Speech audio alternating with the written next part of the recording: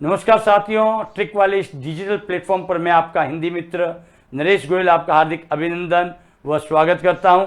दोस्तों, जैसा कि अपना पाठ चल रहा था लोकोक्तियां, और इस लोकोक्तियों के अंतर्गत आज हमारी लास्ट पार्ट की हम अग्रसित हो रहे हैं। देखिए दोस्तों, लोकोक्तियों के अंतर्गत जो हमारा बिंदु है वो क्या कहता है? नकार खाने में तूती की आवाज। बहुत शानदार पॉइंट है दोस्तों। नकार खाने में तूती की आवाज अर्थात बड़ों के बीच छोटों की कोई नहीं सुनता। ये बात बिल्कुल फैक्ट है दोस्तों। ये ध्यान रखना कि नकार खाने में तूती की आवाज अर्थात बड़ों के बीच छोटे की कोई नहीं सुनता। घर के अंदर दोस्तों जब बड़े बुजुर्ग जब कार्य करते हैं दोस्तों, तो उसमें छोटों की जो बात होती है वो पूछी नहीं जाती है।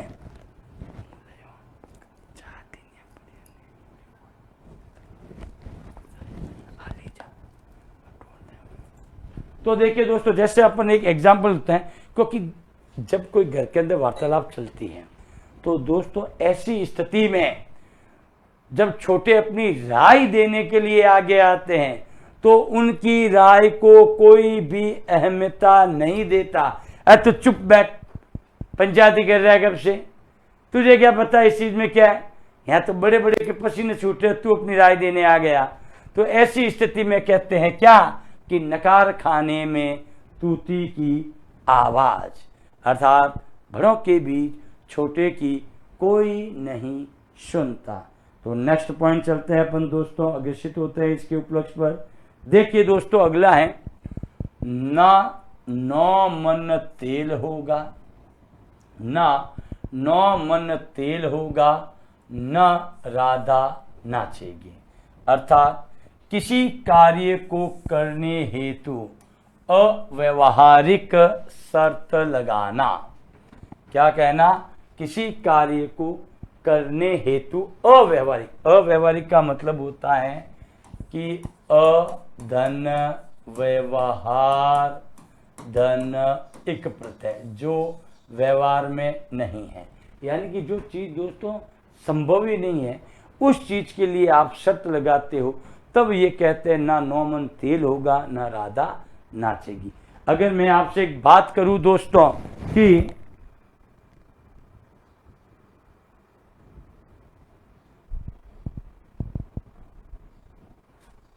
आप ध्यानपूर्वक देखिए इसको,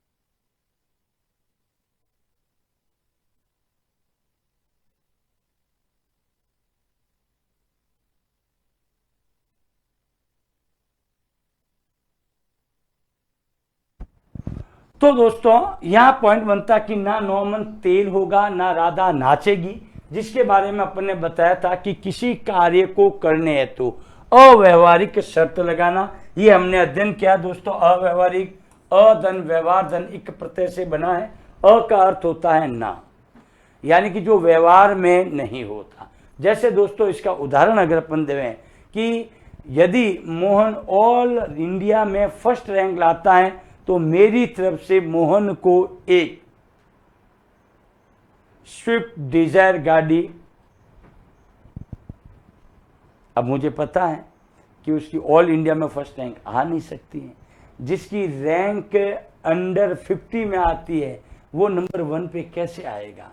तो ये हमने पता था कि ना नॉर्मन तेल होगा और ना राधा नाचेगी। तो ऐसी स्थिति में जब आप अव्यवहारिक रूप से जो शर्त लगाते हो उसके लिए ये पॉइंट बिल्कुल सटीक बैठता है। अगला देखो, नवाज छोड़ने गए, नवाज नहीं है ये नमाज है, रोजे गले पड़ गए, इसको नवाज ना कह के नमाज कर दो, चलिए कोई बात, नमाज है जो नवाज है जो भी अपन बोल लेते इसको, चलो।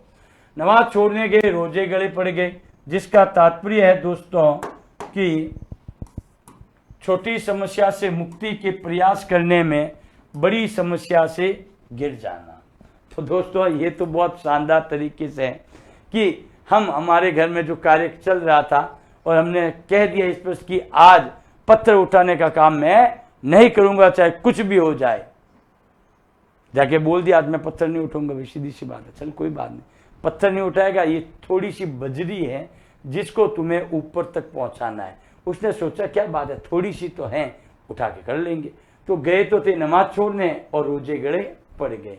इसी की तरह पर एक दूसरा उदाहरण देता हूँ, बहुत ये तो इससे भी तगड़ा आपको नजर आएगा कि जब अपन एक अहित वस्तु को छोड़ने के लिए गए थे और उसके चक्कर में गए तो थे कि चलो हम थोड़ी देर के लिए कह देते हैं घूमने जा रहे हैं, और मैं केवल कहने गया था कि मम्मी मैं थोड़ा बाहर जा रहा हूँ, तभी मम्मी ने कह दिया देख तेरा भानु क्या कर रहा है, थोड़ी देर के लिए रख दे। और भानु बना को जब मैंने संभालने का काम किया तो मुझे पता चला कि दीदी भी मार्केट गई हुई है, मम्मी घर के काम में व्यस्त हैं, घर में कोई सदस्य नहीं है। तो गए तो थे नमाज छोड़ने और रोजे गड़े पड़ गए। अब भानु को रखो भाई। अगला, ना रहेगा बांस ना बजेगी बांसुरी। क्या कहा, ना रहेगा बांस ना बजेगी बांसुरी, अर्थात किसी समस्या के मूल कारणों को ही नष्ट करना। जब दोस्तों समस्याओं के मूल कारणों को ही नष्ट कर दोगे तो फिर उस समस्या का अब होने की कोई आवश्यकता, कोई चांसेस नहीं हो सकते हैं। इसलिए कहते हैं ना रहेगा बांस ना बजेगी बांसुरी। रोज रात को शोर शराबे से परेशान होकर हमने देखा कि ये रोज का जो तेज संगीत जो बज रहा है, उस संगीत को अगर रोकना है तो हमें कुछ ना कुछ ऐसा काम करना पड़ेगा ताकि हमें वापस उसका सुनने का मौका ही नहीं मिले। तो हमने उस साउंड रिकॉर्ड को ही बेच दिया, और साउंड रिकॉर्डर को बेचने के बाद में सीधा कहा कि भाई अब क्या करेगा, ना रहेगा बांस ना बजेगी बांसुरी। जब साउंड सिस्टम में नहीं है तो तुम लोग शोर शराबा करोगे किससे। तो हमने उस समस्या के ही मूल कारण को क्या कर दिया, नष्ट कर दिया। अगला देखो, नाच न जाने आंगन टेढ़ा। पॉइंट क्या है, नाच न जाने आंगन टेढ़ा। तो देखिए दोस्तों इसका पॉइंट क्या बने,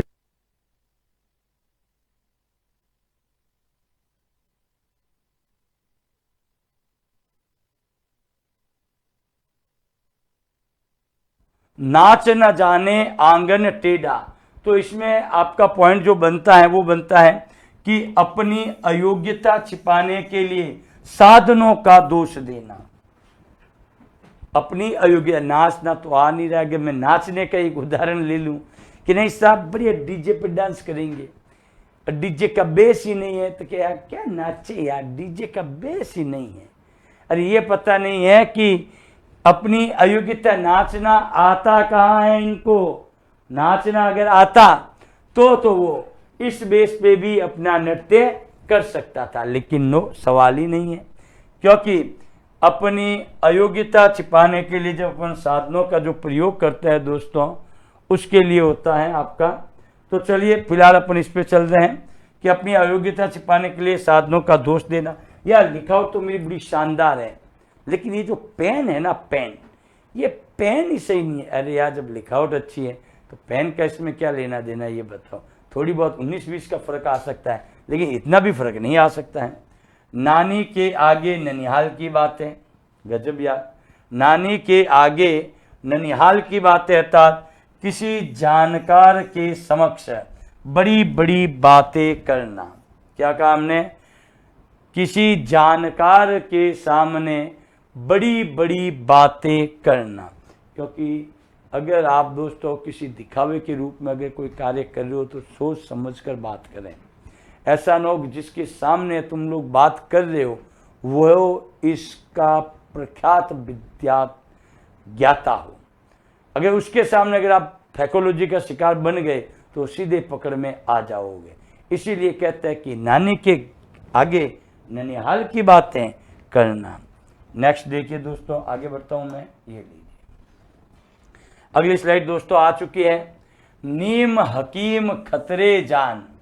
क्या कहा? नीम हकीम खतरे जान अर्थात अनुभवहीन व्यक्ति हमेशा हानिकारक होता है। क्योंकि नीम हकीम यानी कि ये जो नीम हकीम, ये जो डॉक्टरी का कार्य करते हैं दोस्तों, जिनको कोई आइडिया नहीं है, ठीक है, 2-4 चीज़ें, जैसे कि कोई व्यक्ति आता है, अगर उसको दर्द हो रहा है तो पेन किलर का इंजेक्शन दे दो, 2-4 गोलियां दे दो, काम हो जाएगा। लेकिन दोस्तों ध्यान रखना, अगर बीमारी कुछ और होती है तो कुछ क्षण के लिए उसको राहत मिल सकती है, लेकिन वापस उसको दर्द होगा तो ध्यान रखना, ऐसे वहाँ वापस गए, वापस उसने इंजेक्शन लगाया, फ्री कर दिया, और ऐसे ऐसे करते करते उसने समय निकाल दिया, आखिर उसे मरना पड़ा, मृत्यु हो गई। तो ऐसे लोगों से इलाज कराना मृत्यु को आमंत्रित करना है, ये ध्यान रखें। इसलिए आप एक अच्छे जो डॉक्टर है, जो वाकई उसने काम किया है, उसके पास जाओगे तो बेटर रहेगा। दूसरा अपन ये भी ले सकते हैं, जिसको खुद पढ़ने नहीं आता वो औरों को क्या पढ़ाएगा, ये बताओ मुझे। अब उसने लगा दिया, हम पढ़ा रहा है, बात तो कर रहे हैं अपन मुहावरों की, बता रहे हैं विलोम शब्द, बात करें लोकोक्तियों की बात करा रहे हैं उसको पर्यायवाची पर। तो ऐसी स्थिति में उसका अनुभव नहीं है, और अनुभवहीन व्यक्ति हमेशा लोगों के लिए नुकसान ही पहुंचाने का कार्य करता है। इसलिए कहते हैं कि नीम हकीम खतरे में जान। तो अनुभवहीन व्यक्ति हमेशा क्या करता है, हानिकारक ही होता है। तो दोस्तों आगे बढ़ते हैं अपन, अगला पॉइंट और भी अच्छा है, देखिए आप, कि नेकी और पूछ पूछ। क्या कहा? नेकी और पूछ पूछ। तो इसमें देखिए दोस्तों, शुभ कार्य करने में क्या पूछना। हमारे जो कंप्यूटर अनुदेशक महोदय हैं मिस्टर भूमाराम चौधरी, जो थोड़ी देर पहले यहाँ आए थे, और इन्होंने आते ही कहा, क्या गुरुजी नाश्ता वास्ता करोगे? और मैंने उनसे एक ही बात कही, अरे यार नेकी और पूछ पूछ, यानी इतना शुभ कार्य है नाश्ते का, और तू मुझे पूछने के लिए आया है? पूछना तो है ही नहीं। इसलिए कहते हैं नेकी और पूछ पूछ। इसका और उदाहरण ले लीजिए, पैदल पैदल चल रहे हैं, और अगर कोई व्यक्ति आके हमें ये कह दे कि जनाब बैठिए गाड़ी के पीछे, हम आपको आपके गंतव्य स्थल तक छोड़ देते हैं, क्या आपको छोड़ूं? तो भाई नेकी और पूछ पूछ।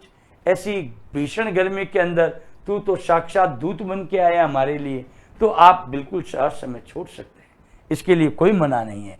नेकी और पूछ पूछ। अगला देखो, अगला आता है नेकी कर दरिया में डाल। क्या कहा? नेकी कर दरिया में डाल। तो इसका अर्थ होता है दोस्तों, भलाई कर। क्या कर? भलाई कर उसे भूल जाओ, अर्थात प्रतिदान की अपेक्षा ना करो। आप ये सोचो ही मत कि भाई मैं ये काम कर रहा हूं, इसके बदले में मुझे कोई और चीज, उसके बदले में मुझे कोई चीज 100% मिलेगी, नहीं। इसलिए कहते हैं नेकी कर दरिया में डाल। बस अपना काम, अपनी मानवता, अपने अच्छे कार्यों को लोगों के प्रति करने के बाद उसे भूल जाओ। कोई मतलब नहीं है दोस्तों उसे याद करने से। आप तो सीधा बस काम हो गया, भूल जाओ उसको, कहीं ना कहीं उसका आउटपुट आपको स्वतः ही मिल जाएगा। तो ऐसी स्थिति में कहते हैं कि नेकी कर दरिया में डाल। नेक्स्ट देखो, 9 नकद ना 13 उधार। क्या कहा? 9 नकद ना 13 उधार, यानी कि बाद में मिलने वाले अधिक लाभ से अभी कम लाभ ही अच्छा है। इसलिए कहते हैं 9 नकद 13 उधार। क्योंकि दोस्तों हमेशा ये ध्यान रखिए कि अगर रोकड़ पेमेंट मिल रहा है, भले ही 1-2% प्रॉफिट कम हो, कोई इश्यू नहीं है, क्योंकि हमें नकद मिल रहा है। अगर 2% ज्यादा के चक्कर में हम उसको 30 दिन की साइड देते हैं, 30 दिन, और 30 दिन बाद जब हम पेमेंट लेने जाते हैं तो कहता भाई सब पेमेंट आएगा तब मिलेगा। तो इससे क्या हुआ कि आपका 2% जो अतिरिक्त आपको बेनिफिट मिल रहा था, क्या वो मिला? अरे आपको अभी आवश्यकता है उस अमाउंट की, लेकिन वो अमाउंट आपको मिल ही नहीं रहा है। 4 दिन बाद आना, 5 दिन बाद आना, नहीं तो हाँ लेना है, बिल्कुल पैसे लगे रोकड़, भले 2 रुपए कम में ले ले। वो 10 रुपए लगा रहा है, मैं 9.5 लगा दूंगा, 50 पैसे कम लगा दूंगा, लेकिन पैसे रोकड़ लूंगा, ये देख ले। और उसने भी कह दिया देख 9 रुपए में दे तो रोकड़, तो मैं आपकी सारी वस्तुएं खरीद लूंगा। तो हमने भी कहा ठीक है, डन है, लेकिन पैसे रोकड़ लूंगा, ये ध्यान रखना। तो देखो 9 रुपए में भले ही हमें 1 रुपया बेनिफिट का मिल रहा हो, तो कम से कम रोकड़ तो है, वापस उसको हम घुमा सकते हैं। और यदि हमने सोचा नहीं हम तो 2 रुपए का प्रॉफिट कमाएंगे, तो ध्यान रखना दोस्तों, वो पैसा कब आएगा कोई आइडिया नहीं है।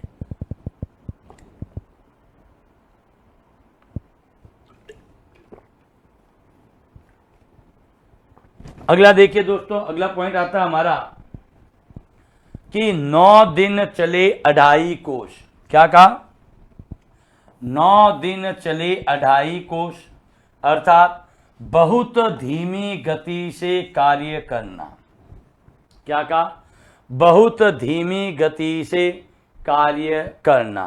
तो ये होता है 9 दिन चले 2.5 कोष, बहुत धीमी गति से कार्य करना। दोस्तों एक काम हम करवाते, जैसे अगर मैं बात करूं, कोई इमारत हम खड़ी करवा रहे हैं और वो हम अपने स्तर पे करवा रहे हैं, तो दोस्तों जो काम करने वाले होते हैं वो बहुत ही धीमी गति से चलेंगे। यार उस मकान को बनने में काफी समय लग गया, जबकि वही कार्य अगर मैं किसी ठेकेदार को दूं, किसको दूं? ठेकेदार को देता हूं, तो ठेकेदार देखो, ठेके पे काम करने वाला देखो कितनी फुर्ती से उस कार्य को करेगा। अगर वही काम अपन अपने स्तर पर कराते हैं तो क्या कहते हैं? 9 दिन चले 2.5 कोष, अर्थात बहुत धीमी गति से कार्य करना। अब देखो, निर्बल की जोरू सब भाभी, निर्बल की जोरू सब भाभी, अर्थात कमजोर को सभी दबाते हैं। ये बात हमेशा ध्यान रखना, औरों के सामने भले आप कुछ भी कहो, लेकिन अपनी कमजोरी का बखान कभी ना करो, क्योंकि अगर आपने अपनी कमजोरी का बखान सबके आगे कर दिया तो लोग आपको जीने नहीं देंगे, ये ध्यान रख लेना। लोग आपको जीने नहीं देंगे, क्योंकि आपकी कमजोरी का वो फायदा उठाएंगे, और कमजोर लोग को सभी दबाने का ही कार्य करते हैं। अगला देखो, 900 चूहे खाए बिल्ली हज को चली। ये भी बड़ा शानदार पॉइंट है, ध्यान रखना कि 900 चूहे खाए बिल्ली हज चली, अर्थात जीवन भर पाप कर अंत में भक्ति की बातें करना। तो देखिए दोस्तों, 900 चूहे खाकर बिल्ली हज को चली, यानी उसने अपने जीवन में हमेशा गंदे कार्य, बुरे कार्य किए, बस लोगों को मूर्ख बनाना, उनसे पैसे लूटना, फ्रॉड करना, ये कार्य किया, और कहा इतने पाप कर दिए कि अब तो पाप का घड़ा ही फूटने वाला है। और जिस समय पाप का घड़ा फूटने वाला होता है उससे पहले वो गंगा जी चला गया, क्या करने? अपने पाप धोने के लिए। वापस आके उसी कार्य में लिप्त हो गया। तो मतलब क्या हुआ भाई? आपने जीवन भर तो पाप का कार्य किया है, और अंत में आप भक्ति की बातें करते हो कि भाई देखो कोई मतलब नहीं है, ये जो लूट पाट है ये सब मोह माया है, पैसों का एक तरह करके करना क्या है, क्या हम लेके आए हैं, क्या लेके जाएंगे। तो भाई पूरे उम्र भर तूने और किया क्या है। नेक्स्ट चलते हैं दोस्तों, ये लीजिए अगला पॉइंट आपके सामने आ चुका है। देखिए यह है, पराधीन सपने हूं सुख नाही। क्या कहा? पराधीन सपने हूं सुख नाही, अर्थात पराधीन को सुख कहाँ। क्योंकि देखिए दोस्तों, अगर व्यक्ति भले ही उसके पास कुछ भी ना हो लेकिन वो स्वतंत्र है, जहां जाना चाहता है जहां जा सकता है, वो स्वतंत्रता होती है। वो क्या होती है? स्वतंत्रता होती है दोस्तों। लेकिन ध्यान रखें कि जब आपके सामने कुछ है ही नहीं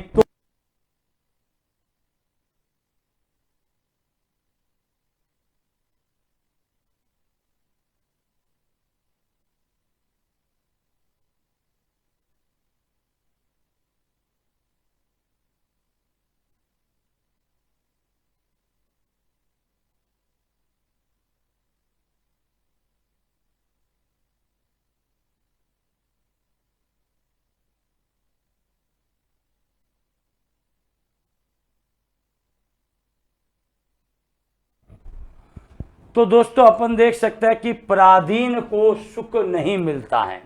क्या कहा? पराधीन को सुख नहीं मिलता है, चाहे आपके पास कितनी बढ़िया चीजें क्यों ना हो दोस्तों। लेकिन वास्तविकता ये होती है दोस्तों कि जब हम दूसरों के अधीन रहते हैं तो एक प्रकार से समझ लीजिए हम गुलामी को स्वीकार कर रहे हैं, उसकी दासता को स्वीकार कर रहे हैं। भले ही हमें अच्छे भवन में रखे, भले ही हमें अच्छी सुख सुविधाएं मिले, लेकिन पराधीन पराधीन होता है। क्योंकि पराधीन का अर्थ क्या होता है? पर धन अधीन। पर बोले तो दूसरे, अधीन बोले तो अधीन, दूसरों के अधीन रहना। अगला देखो, प्रभुता पाई काहीं मद नाही, अर्थात उच्च पद पाकर किसी को घमंड नहीं होता। यानी कि प्रभुता पाई कहीं मद नाही, जहां उच्च पद पाकर किसी को घमंड नहीं होता है दोस्तों, चाहे कितना ही कर लीजिए, चाहे कितना ही आप इन बिंदुओं को दर्शा लीजिए दोस्तों, वास्तविकता तो यही है कि यदि आपके मन में किसी भी प्रकार का भेदभाव उत्पन्न नहीं है तो आपके हृदय में घमंड कभी नहीं होगा।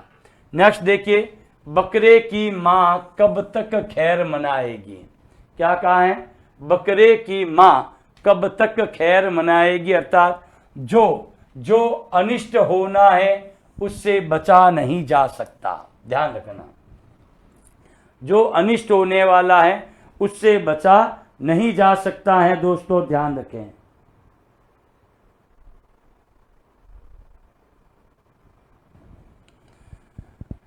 जो अनिष्ट होना है उससे बचा नहीं जा सकता है दोस्तों, इसीलिए कहते हैं कि बकरे की मां कब तक खैर मनाएगी। तो दोस्तों यहां अपन देख सकते हैं कि जो अनिष्ट होने वाला है वो तो अनिष्ट होके ही रहेगा, उसे किसी प्रकार से अपन नहीं बचा सकते हैं। तो दोस्तों अगला पॉइंट चलता हूं मैं आपके सामने, वो आता है कि बद अच्छा। क्या है? बद अच्छा।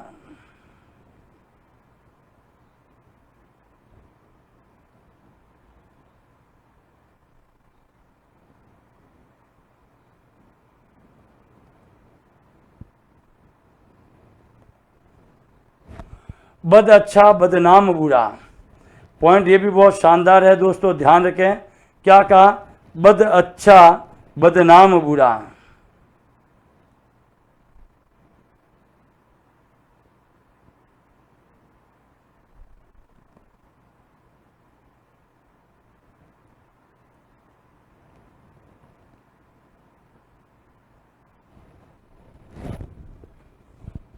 बद अच्छा बदनाम बुरा, अर्थात बदनामी से आर्थिक हानि ठीक है, बदनामी नहीं, ये बदनामी है दोस्तों। मैं बता देता हूं आपको, ये देखिए, ये पॉइंट है आपका बदनामी।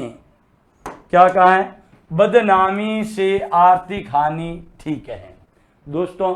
बदनामी से तो अच्छा अगर आर्थिक हानि हो तो कोई इश्यू नहीं है, आर्थिक हानि को हम सहन कर लेंगे, लेकिन जो छवि है उसको हम बेदाग रखेंगे दोस्तों, उस छवि को हम खराब नहीं होने देंगे। अगला देखो, बंदर क्या जाने अदरक का स्वाद। ये भी बहुत शानदार है। बंदर क्या जाने अदरक का स्वाद, अर्थात मूर्ख किसी के महत्व को आंक नहीं सकता है। जो मूर्ख व्यक्ति होता है वो किसी की समस्याओं को आंक नहीं कर सकता है। अगला देखो, बाप ना मारी मेंढ की, बेटा तीरंदाज। क्या कहा? बाप ना मारी मेंढ की, बेटा तीरंदाज, अर्थात सेकी बगाड़ने वाले पर व्यंग्य करना। जो लोग सेकी बगाड़ने का कार्य करते हैं उस पे जो व्यंग्य होता है उसके प्रति हम ये बात कह सकते हैं। हेलो,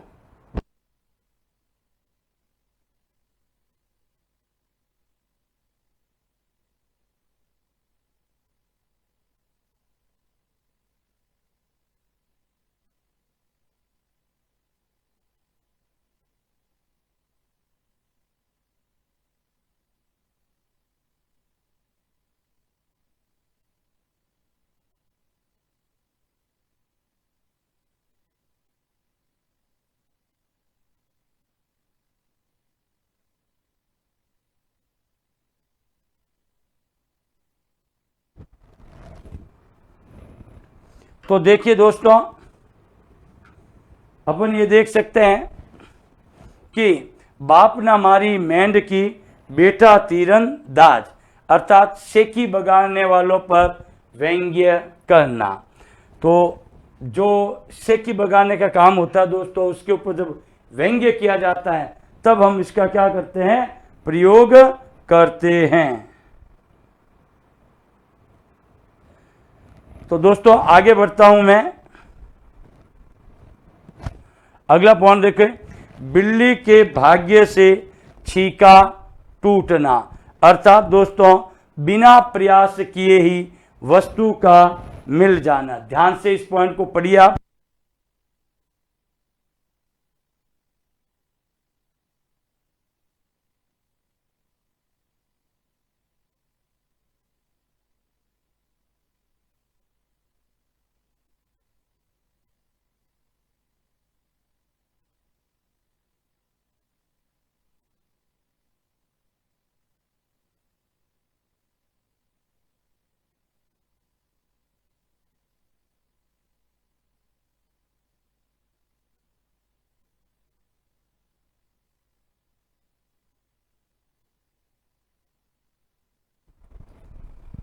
देखिए दोस्तों, अगला पॉइंट चलते हैं अपन, बिल्ली के भाग्य से छीका टूटना। बिल्ली के भाग्य से छीका टूटना, अर्थात बिना प्रयास के ही वस्तु का मिल जाना। जब बिना प्रयास के ही वस्तु का मिल जाना होता है तब कहते हैं बिल्ली के भाग्य से छीका टूटना। नेक्स्ट चलता हूं दोस्तों, भेड़ की ऊन कोई नहीं छोड़ता। क्या कहा? भेड़ की ऊन कोई नहीं छोड़ता, अर्थात कमजोर को हर कोई शोषण करता है। बिल्कुल सटीक बात है दोस्तों, जो कमजोर होता है उसका हर कोई शोषण करना चाहता है। नेक्स्ट चलता हूं दोस्तों, ये लीजिए अगला पॉइंट आपके सामने आ चुका है, मन चंगा तो कठौती में गंगा। क्या कहा? मन चंगा तो कठौती में गंगा, अर्थात मन की पवित्रता ही महत्वपूर्ण है। क्या कहा? मन की पवित्रता ही महत्वपूर्ण है, इसलिए कहते हैं मन चंगा तो कठौती में गंगा। मन साफ होना चाहिए दोस्तों, और कुछ नहीं है, बाकी तो सब कुछ ऐसे ही चलता रहेगा। अगला देखो दोस्तों, मन साफ होगा ना, देखो मन के अंदर अपन के कोई अशुद्धि है ही नहीं, तो आपको कहीं जाने की आवश्यकता नहीं है। अगला देखो, मल्लगिरी की भीलनी चंदन दे जराए, यानी कि जहां वस्तु बहुतायात में मिलती है वहां उसकी कद्र नहीं होती है। बिल्कुल सटीक है दोस्तों। जब कहते हैं मल्लगिरी की भीलनी चंदन दे जराए, देखो मल्लगिरी, मल्य पर्वत पर जो हैं वो चंदन के ही वृक्ष हैं। किसके वृक्ष हैं? चंदन के ही वृक्ष हैं। और दोस्तों जहां चंदन की बहुतायत होती है तो वहां उसकी वैल्यू नहीं होती है। तो इसीलिए कहता है कि जहां वस्तु बहुतायत में मिलती है, जब नए नए आम आए थे, आम की ऋतु आई, नए नए, वो 200 रुपये किलो, और जब चारों ओर से आमों की बाहर आने लगी तो वही 200 के आम 50 में आ गए। इस प्रकार से। अगला है, मुल्ला की दौड़ मस्जिद तक। यानी सीमित सामर्थ्य होना, बस उसका जो सामर्थ्य है वो एक सीमित है, इसलिए कहते हैं कि जाके जाएगा क्या कि मियाँ की दौड़ मस्जिद तक, वही मियाँ मुल्ला एक ही है। अगला देखो, मुख में राम बगल में छुरी। क्या कहा? मुख में राम बगल में छुरी, अर्थात बाहर अच्छा प्रदर्शन किंतु मन में शत्रुता का भाव। ध्यान रखें कि मुख में राम बगल में छुरी, बाहर अच्छा प्रदर्शन किंतु मन में जब शत्रुता, बाहर से तो हम कहते हैं हम तुम्हारे साथ हैं, लेकिन दोस्तों ये पता चलता है कि अंदर ही अंदर उसके मन में तो शत्रुता का बोध है, वो हमें खुद को समाप्त करना चाहता है। अगला देखो, म्याऊं का ठौर कौन पकड़े, भय के स्थान पर कौन जावे। तो ध्यान रखना, जहां भय होता है वहां कोई भी जानने वाला नहीं होता है, तब कहते हैं म्याऊ का ठौर कौन पकड़े। अगला, यह मूंग और मसूर की दाल। यह मूंग और मसूर की दाल अर्थात योग्यता से अधिक पाने की इच्छा करना। योग्यता से अधिक पाने की इच्छा करना, ये होता है यह मूंग और मसूर की दाल। अगला देखो, रस्सी जल गई। क्या है पॉइंट हमारा? रस्सी जल गई पर बल ना गया, अर्थात पुरानी प्रतिष्ठा नष्ट होने पर भी दम्भ बने रहना। यानी कि जो पुरानी प्रतिष्ठा थी वो चलेगी, लेकिन अब भी हम उसी प्रतिष्ठा के गुणगान कर रहे हैं, यानी कि हम हैं तो सब कुछ है। अरे भाई, रस्सी जल गई पर बल नहीं गया। तो दोस्तों अगले कड़ी की ओर हम अग्रसित होते हैं। ये लीजिए, अगला पॉइंट हमारे सामने आ चुका है, ये लीजिए। अगला पॉइंट है दोस्तों, रोज कुआं खोदना, रोज पानी पीना। इसका अर्थ होता है दोस्तों रोज कमाना। क्या कहा? रोज कमाना, रोज खाना। ये ऐसे पॉइंटों के लिए होता है कि रोज कमाना, रोज खाना, अर्थात रोज कुआं खोदना और रोज पानी पीना। क्योंकि दोस्तों कई कंडीशन ऐसी होती है जो दहाड़ी पर काम करने वाले जो लोग होते हैं दोस्तों, वो डेली मजदूरी पे जाते हैं, शाम को उनको पैसा मिलता है और उन्हीं पैसों से वो अपने भरण पोषण के सामान खरीदता है। तब कहते हैं कि रोज कुआं खोदना और रोज कमाना। अगला देखो, लड़की के बल बंदरिया नाचे। क्या कहा? लड़की के बल बंदरिया नाचे, अर्थात भय द्वारा ही कार्य संभव है। क्या कहा? भय द्वारा ही कार्य से, क्योंकि देखिए दोस्तों कहते हैं ना कि भय बिना प्रीत नहीं गोपाला। जब तक भय नहीं होता है दोस्तों तब तक प्रेम भी नहीं होगा, ये ध्यान रखना। और जहां भय होगा वहां कार्य, ध्यान, भय द्वारा ही कार्य संभव। नहीं तो क्या है, कुछ कहने वाला तो है नहीं अपन को, मन में आया तो कर लिया, नहीं आया तो नहीं किया, लेकिन पीछे अगर थोड़ा डर लगाओ कि नहीं किया तो चार बातें सुननी पड़ेगी, ये भी हो सकता है कि हमको यहां से निकाल भी दे। तो ऐसी स्थिति में दोस्तों कहा जाता है लड़की के बल बंदरिया नाचे। नेक्स्ट देखो, लातों के भूत बातों से नहीं मानते। क्या कहा हमने?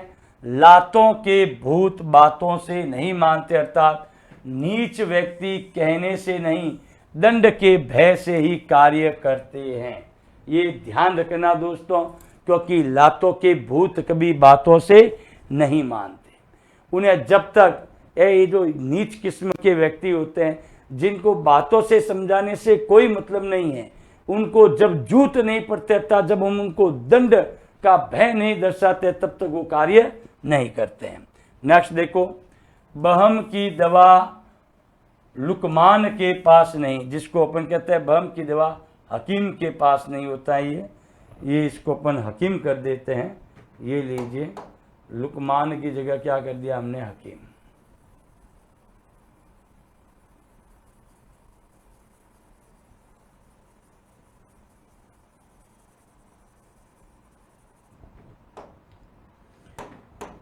बहम की दवा हकीम के पास नहीं, हकीम के पास नहीं, अर्थात ध्यान रखना दोस्तों, हकीम, इसकी मात्रा थोड़ी,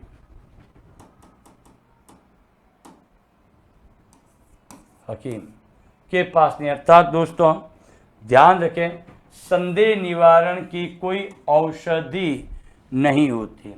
इसलिए कहते हैं जब संदेह होता है ना तो उसकी दवा किसी हकीम के पास नहीं होती है, क्योंकि दोस्तों संदेह का निवारण की कोई औषधि नहीं है।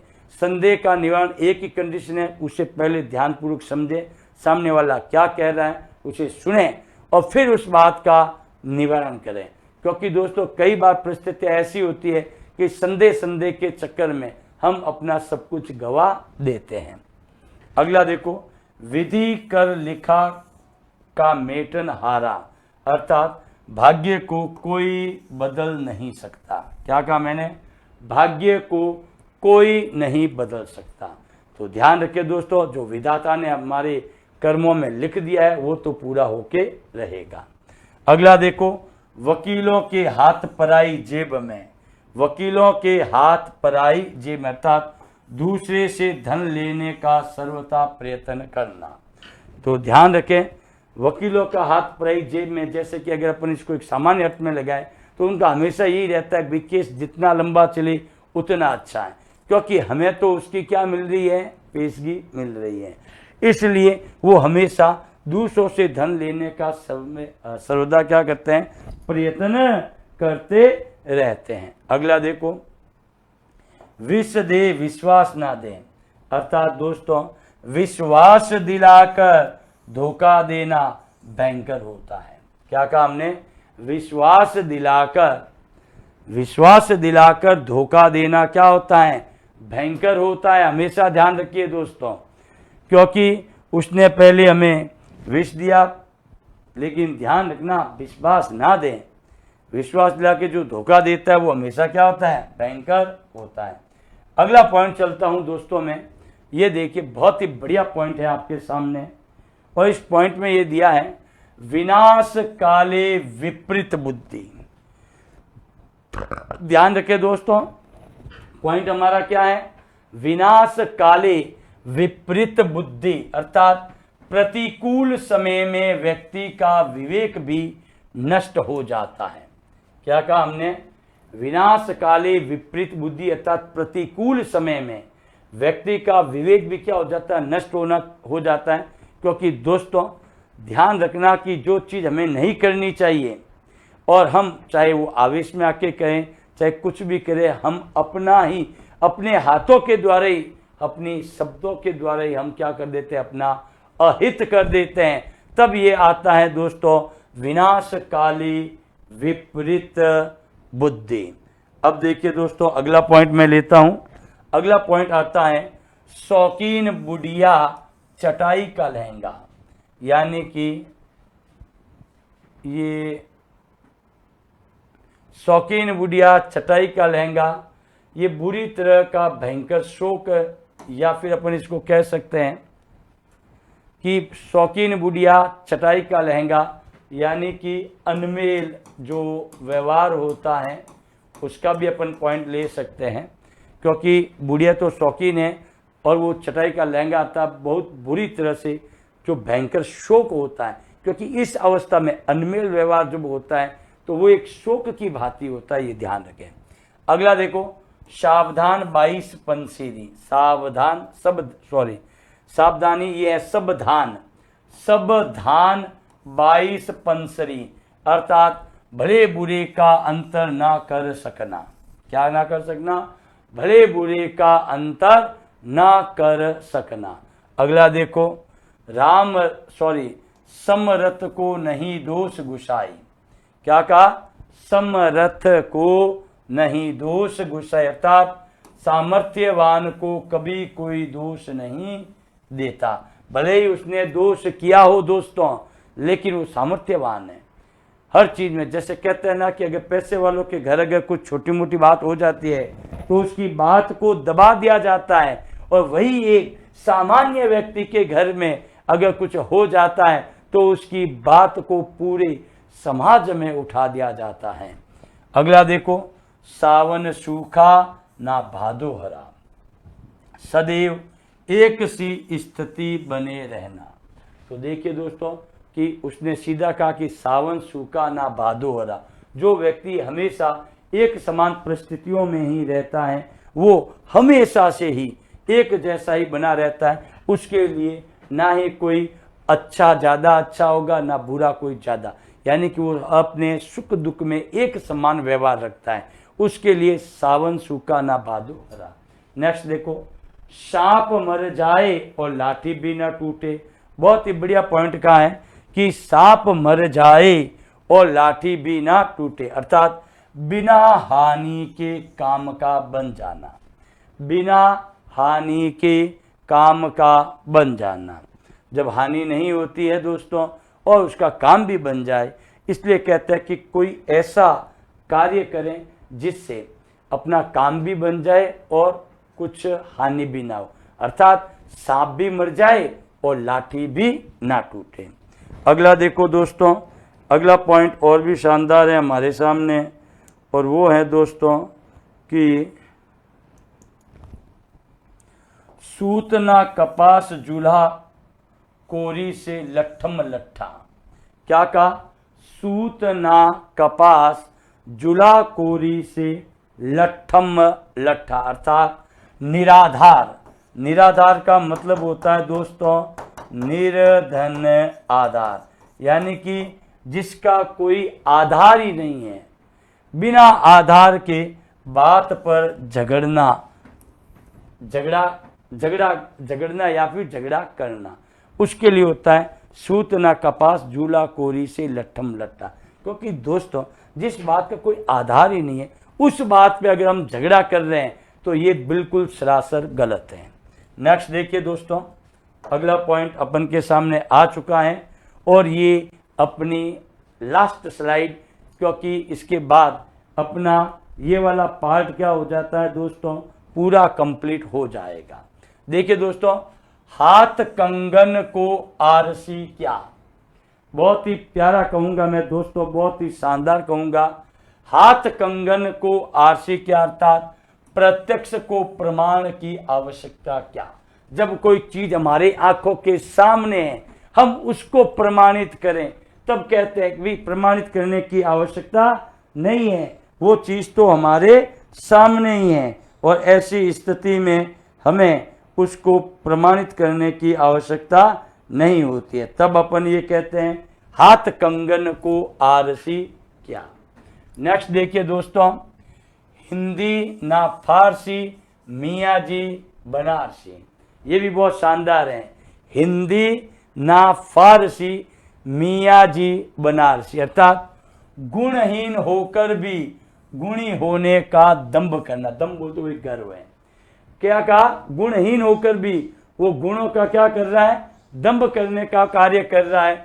तब कहते हैं हिंदी ना फारसी मियाँ बनारसी। नेक्स्ट देखो, होनहान बिरवान के होत चिकने पात, यानी कि महान व्यक्तियों के लक्षण बचपन में ही नजर आ जाते हैं। अपनी राजस्थानी भाषा में कहते हैं कि पूतरा पग पालना में दिखे। तो दोस्तों ध्यान रखना, महान जो व्यक्ति होते हैं उनके लक्षण बचपन में ही दिखाई देते हैं। हंसा थे सो उड़ गए कागा भय दीवान, अर्थात सज्जनों के, सज्जन बोल तो जो अच्छे व्यक्ति होते हैं, अच्छे व्यक्तियों के अभाव में मूर्खों का उच्च पद पाना। क्योंकि दोस्तों जब सज्जन व्यक्ति नहीं मिल पाते हैं तो उस पद पर अगर किसी मूर्ख को बैठा देते हो तो ये पॉइंट बनता है हंसा थे सो उड़ गए कागा भय दीवान। और ध्यान रखना दोस्तों कि मूर्ख व्यक्ति उस पद पर बैठकर, उच्च पद पर बैठकर हमेशा अपने का ही भला करेगा, ये हमेशा ध्यान रखना। तो मूर्ख क्योंकि उसके पास वो चीज है ही नहीं भाई, जो योग्यता होती है सज्जनों की, वो गुण लाओगे कहाँ से। तो दोस्तों यहाँ पर अपन के जो लोकोक्तियाँ जो एग्जाम की दृष्टि से महत्वपूर्ण थी वो हमने ली है, और इसके बहुत जल्दी अपन एमसीक्यू भी लेके आएंगे ताकि आपको इसका करने का, प्रश्न को कैसे सॉल्व करने का आनंद की प्राप्ति हो सके। तो दोस्तों उम्मीद करता हूं कि सभी मस्त होंगे, सभी स्वस्थ होंगे देश का, और इसके साथ ही मैं अपने शब्दों का विराम लेता हूं। जय हिंद, जय भारत।